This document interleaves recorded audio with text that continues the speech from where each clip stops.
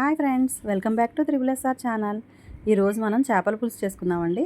ముందుగా చేప ముక్కల్ని శుభ్రంగా క్లీన్ చేసి పక్కన పెట్టుకోవాలి. తర్వాత మిక్సీ జార్లో ఉల్లిపాయ ముక్కలు, అల్లం వెల్లుల్లి పేస్ట్, ఒక స్పూన్ ధనియాలు, ఒక స్పూన్ జీలకర్ర వేసుకుని మిక్సీ పట్టుకోవాలండి. తర్వాత స్టవ్ మీద బాండీ పెట్టి అందులో 2 టేబుల్ స్పూన్ల ఆయిల్ వేసి ఆయిల్ బాగా కాగిన తర్వాత పచ్చిమిర్చిని చీల్చేసి అందులో వేసుకోవాలండి. అవి బాగా వేగిన తర్వాత పేస్ట్ చేసి పెట్టుకున్నాం కదండి, ఆ పేస్ట్ కూడా వేసుకుని పచ్చివాసన పోయే వరకు వేపించుకోవాలి బాగాను. అలా వేగిన దానిలో కొంచెం కరివేపాకు కూడా వేసుకోవాలి. ముందుగా క్లీన్ చేసి పెట్టుకున్న చేప ముక్కల్ని అందులో వేసుకుని ఒకసారి కలుపుకొని, గరిటె పెట్టి కదపకూడదండి, అలా కదుపుకోవాలి.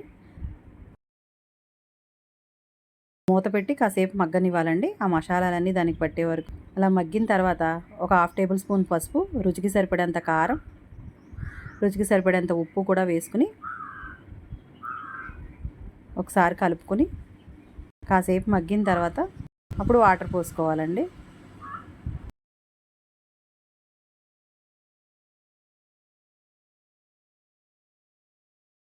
సగం ఉడికిన తర్వాత అప్పుడు చింతపండు పులుసుని అందులో వేసుకోవాలండి.